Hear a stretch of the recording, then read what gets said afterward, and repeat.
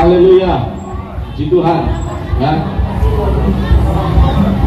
Pertama-tama kami memperkenalkan diri bahwa kami dari Kopassus Mission, tim penginjilan Calangan. Kami boleh ada di pasar Tomohon ini. Kami percaya bukan karena hebat dia kami sebagai hamba-hambanya, tapi kami percaya semua karena anugerah Tuhan, semua karena kasih Tuhan, sehingga kami boleh berada di tahap ini, boleh berada di pasar Tomohon ini. Dan kami percaya pasar Tomohon ini penuh dengan kemuliaan Tuhan, di mana Injil boleh dinyatakan di tempat ini. Injil adalah kekuatan kebenaran Tuhan, kabar baik, kabar sukacita yang akan menyelamatkan setiap orang yang mau datang percaya kepada Yesus sebagai Tuhan Juru Selamat di dalam kehidupan kita. Hari-hari ini kita membutuhkan kebenaran firman Tuhan.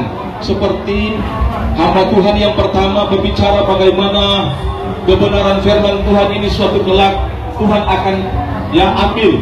Kita akan cari kemana-mana, ke gunung-gunung, ke utara, selatan, tidak akan mendapatkan kebenaran firman Tuhan. Karena kita yakin dan percaya hanya lewat kebenaran firman Tuhan ini yang akan memelihara kehidupan kita, memberi kekuatan di dalam kehidupan kita. Untuk itu pada pagi hari ini, pertama-tama saya mau sapa kepada Bapak Ibu Saudara sekalian yang berada di pasar Tomohon ini. Shalom, salam sejahtera bagi kita sekalian. Assalamualaikum warahmatullahi wabarakatuh. Puji Tuhan, ya. Kita melihat bahwa kebenaran firman Tuhan ini adalah benar-benar harus menjadi bagian di dalam kehidupan kita. Karena hari-hari ini adalah jahat, ya. Hari-hari ini adalah pemurnian di dalam kehidupan kita. Kita butuh kebenaran firman Tuhan agar senantiasa dapat memberi kekuatan di dalam kehidupan kita melewati hari-hari ke depan yang penuh dengan tekanan ekonomi, masalah-masalah di tengah-tengah keluarga kita. Tapi kita yakin dan percaya lewat kebenaran firman Tuhan, yaitu Yesus menjadi dasar di dalam kehidupan kita, di dalam iman percaya kita, bahwa di dalam Yesus ada kekuatan yang boleh kita alami, yang boleh menjadi bagian dalam kehidupan kita, sehingga kita boleh melewati setiap proses di dalam kehidupan kita. Kalau dalam Yohanes 14 ayat 6 berkata bahwa akulah jalan kebenaran dan kehidupan. Barang siapa datang kepada Bapa kalau tidak melalui aku, tidak melalui Yesus Kristus, tidak akan sampai kepada Bapa di sorga. Artinya ini pernyataan daripada Tuhan Yesus menyatakan bahwa hanya di dalam Yesus ada jalan yang menuju kepada kehidupan, melewati jalan yang Tuhan berikan yang tidak gampang, melewati setiap proses kehidupan, tantangan, persoalan, tekanan-tekanan kehidupan di dalam kehidupan kita. Tetapi lewat proses yang Tuhan berikan, setiap masalah yang kita alami hari-hari ini membuat kita kuat di dalam Tuhan, membuat kita semakin Tuhan, membuat kita semakin mencari hadirat Tuhan. Karena firman Tuhan berkata iman ini akan timbul lewat penderitaan, lewat masalah yang Tuhan izinkan di dalam kehidupan kita. Kita semakin dekat kepada Tuhan. Akulah jalan menuju kepada kehidupan yang kekal. Ya, harus kita lalui dengan kebenaran. Akulah jalan kebenaran dan kehidupan. Ketika kita melewati setiap jalan yang Tuhan berikan di dalam kehidupan kita, ada proses-proses di sana. Kita lewati dengan kehidupan kita yang benar. Ya, lewati jalan ini dengan kehidupan kita yang benar, menjadi pelaku-pelaku firman. Kita mau taat dan setia kepada Tuhan, memberikan buah yang terbaik, menjadi surat yang terbuka yang bisa dibaca oleh semua orang lewat sikap, tindakan, perilaku kita yang berkenan di hadapan Tuhan. Maka kita percaya di ujung jalan itu adalah kehidupan, keselamatan yang kekal yang Tuhan berikan di dalam kehidupan kita. Firman Tuhan berkata dalam Roma 10 ayat 9 berkata, ketika kita mengaku dengan mulut kita bahwa Yesus adalah Tuhan dan percaya di dalam hati kita dan menyimpan di dalam hati kita, ya, maka kita akan diselamatkan. Artinya ketika kita percaya kita sudah mendapatkan anugerah, ya kita mendapat keselamatan yang kekal. Tetapi Tuhan bilang bukan cuma sampai di situ. Ketika ya kita mengenal kebenaran, kita mengenal Yesus, kita harus tinggal di dalam kebenarannya. Kita harus melakukan kebenaran itu dengan takut dan gentar. Karena itulah yang Tuhan inginkan di dalam kehidupan kita sebagai anak-anak Tuhan, menjadi pelaku-pelaku firman. Artinya mengasihi Tuhan lewat kehidupan kita yang berkenan di hadapan Tuhan. Nah, pada pagi hari ini saya akan membawakan kebenaran firman Tuhan yang saya ambil di dalam Lukas 16 ayat 19 sampai 23. Bagaimana berbicara mengenai orang kaya dan Lazarus yang miskin. Berbicara mengenai kebenaran dan kejahatan, benar dan tidak benar yang dilakukan di dalam kehidupan kita. Seperti orang kaya dan Lazarus yang miskin ini. Ayat 19 berkata, ada seorang kaya yang selalu berpakaian jubah ungu dan kain halus, dan setiap hari ia bersukaria dalam kemewahan. Dan ada seorang pengemis bernama Lazarus, badannya penuh dengan borok, berbaring dekat pintu rumah orang kaya itu, dan ingin menghilangkan laparnya dengan apa yang jatuh dari meja orang kaya itu. Malahan anjing-anjing datang menjilat boroknya. Kemudian matilah orang miskin itu, lalu dibawa oleh malaikat-malaikat ke penggawa Abraham. Ayat 23, orang kaya itu juga mati, lalu dikubur. Dan sementara ia menderita sengsara di alam maut, ia memandang ke atas, dan dari jauh dilihatnya Abraham dan Lazarus duduk di pangkuannya. Jadi ini berbicara mengenai orang kaya dan Lazarus yang miskin. Bagaimana kedua-duanya ya mati. Bagaimana kedua-duanya mati. Ketika Lazarus mati, diangkat oleh malaikat surga untuk bawa ke pangkuan Abraham, di mana di Firdaus. Sedangkan orang kaya ini dibawa oleh malaikat Tuhan dibawa ke Hades, yaitu penjara sementara yang ada di neraka. Bagaimana dijelaskan di dalam firman Tuhan ini, berbicara mengenai yang melakukan kebenaran firman Tuhan dan tidak melakukan kebenaran firman Tuhan. Bagaimana orang kaya ini kehidupannya hidup di dalam kemewahannya, tetapi di dalam kesehariannya hidup di dalam kaya, hidup berpatokan kepada diri sendiri. Artinya hidup dalam pesta pora, hidup dalam segala keinginan daging, hidup di dalam kesombongan, tidak ada kasih, tidak ada kerendahan hati, tidak melihat di keliling dia yang membutuhkan pertolongan. Tetapi orang miskin ini yang bernama Lazarus, yang artinya adalah Tuhan adalah penolongku.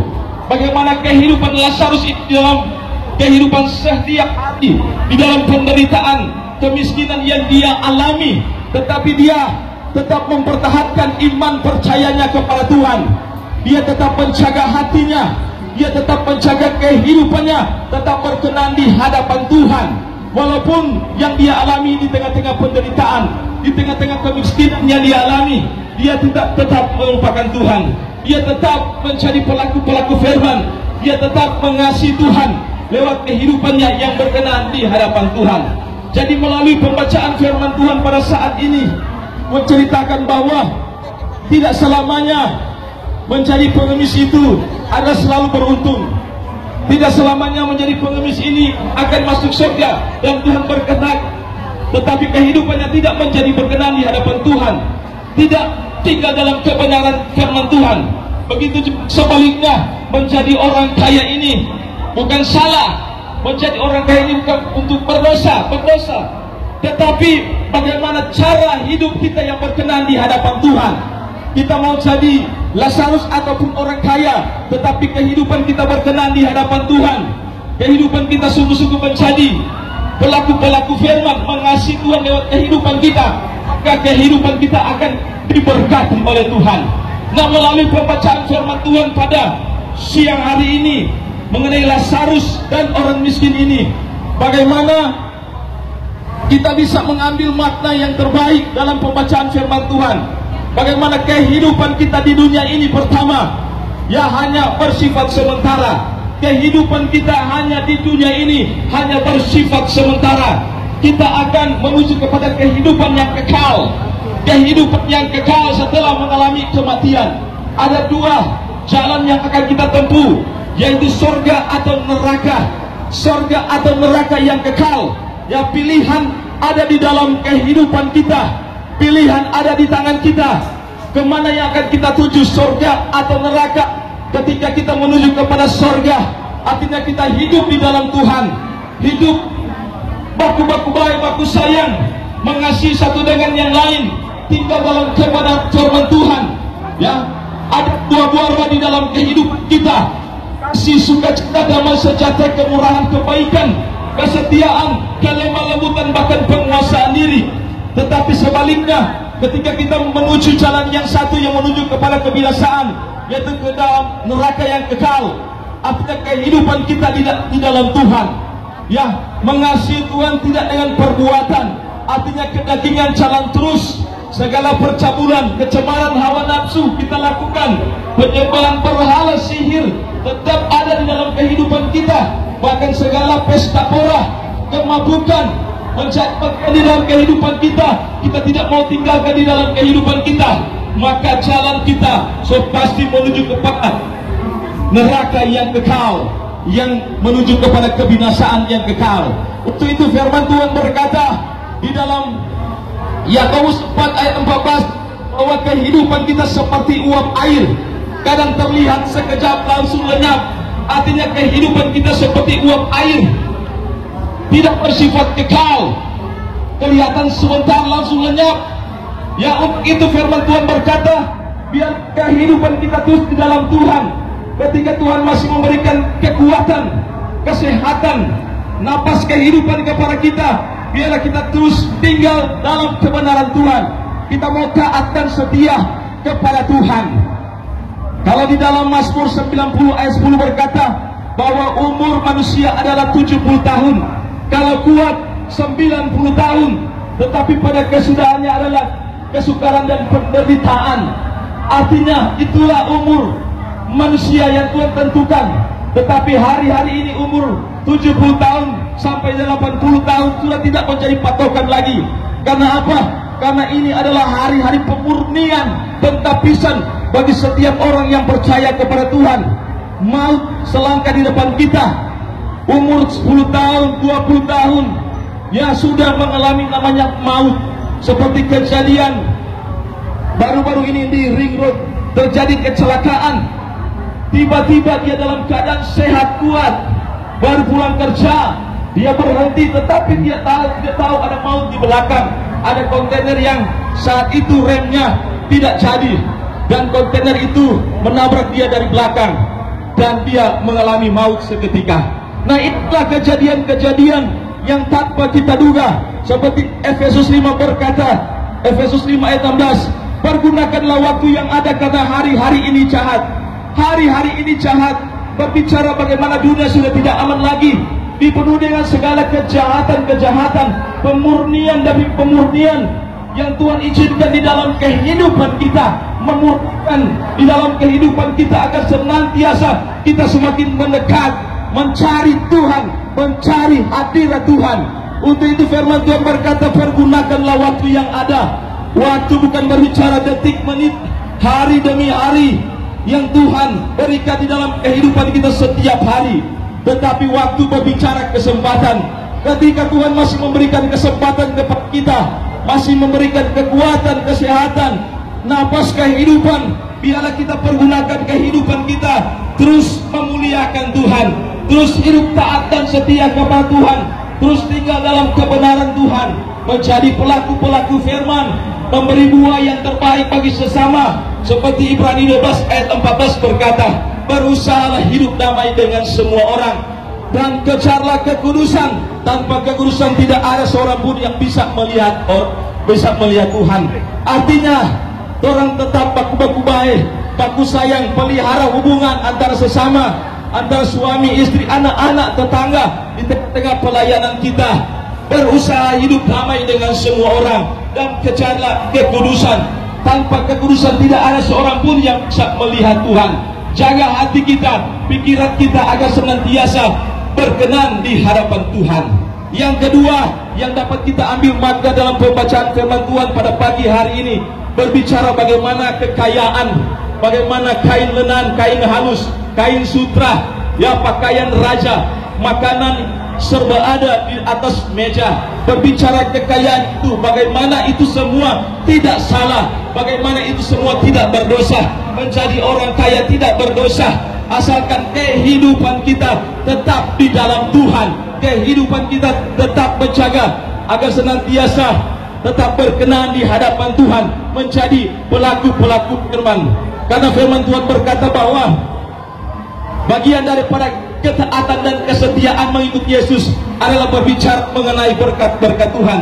Semakin kita taat dan setia mengikuti Yesus, kita semakin diberkati, baik di bumi maupun di sorga, jasmani dan rohani. Seperti dalam Ulangan 28 ayat 1-3 berkata, segala berkat-berkat yang Tuhan tambahkan berikan kepada bangsa Israel ketika mereka tidak menyimpang ke kiri dan ke kanan, ketika mereka mendengarkan suara Tuhan, ketika mereka taat dan setia kepada Tuhan. Segala berkat Tuhan berikan, menjadi kepala bukan ekor, agar kita senantiasa selalu diberkati oleh Tuhan. Kalau dalam Matius 6 ayat 33 berkata, carilah kerajaan dan kebenarannya, maka semuanya itu akan ditambahkan kepada kita. Carilah kerajaannya dan kebenarannya, tinggal dalam kebenarannya, membangun hubungan yang intim dengan Tuhan, bahkan sesama kita. Maka kita percaya Tuhan akan tambahkan segala apapun yang menjadi kebutuhan kita di dunia ini. Teristimewa kekuatan, kesehatan, umur panjang tetap menjadi bagian di dalam kehidupan kita. Dan yang ketiga yang dapat kita pelajari, kita ambil materi terbaik dalam pembacaan firman Tuhan pada saat ini, bagaimana kita memelihara hubungan dengan Tuhan dan menikmati berkat yang Tuhan sudah berikan di dalam kehidupan kita. Bagaimana kita sungguh-sungguh hidup di dalam Tuhan, mengasihi sesama kita yang membutuhkan pertolongan. Ketika Tuhan memberkati kehidupan kita, jangan kita lupakan orang di sekitar kita, Lazarus yang ada di sekitar kita, yang membutuhkan pertolongan, yang membutuhkan bantuan pertolongan kita. Kita harus memberikan bantuan, menolong sesama. Jadilah pribadi yang sungguh-sungguh berkenan di hadapan Tuhan, yang sungguh-sungguh mengasihi Tuhan. Biarlah kita mau hidup di dalam pertobatan, yang sungguh-sungguh taat dan setia kepada Tuhan, menjadi pelaku-pelaku firman. Bahkan ada buah-buah roh di dalam kehidupan kita: kasih, sukacita, damai sejahtera, kemurahan, kebaikan, kesetiaan, kesabaran, kelemah lembutan, bahkan penguasaan diri sempurna menjadi bagian di dalam kehidupan kita, agar senantiasa kita boleh menjadi Lazarus, bahkan orang-orang kaya yang diberkati Tuhan. Ketika kita sungguh-sungguh di dalam Tuhan, sungguh-sungguh tinggal dalam kebenaran Tuhan, melakukan semua kehendak Tuhan di dalam kehidupan kita, maka kita yakin dan percaya kehidupan kita diberkati di bumi maupun di sorga. Biarlah melalui kebenaran firman Tuhan yang singkat ini memberi kekuatan yang baru di dalam kehidupan kita sebagai anak-anak Tuhan teristimewa bagi semua Bapak Ibu Saudara sekalian yang ada di Pasar Tomohon ini. Biarlah Tuhan Yesus memberkati kita semua. Shalom.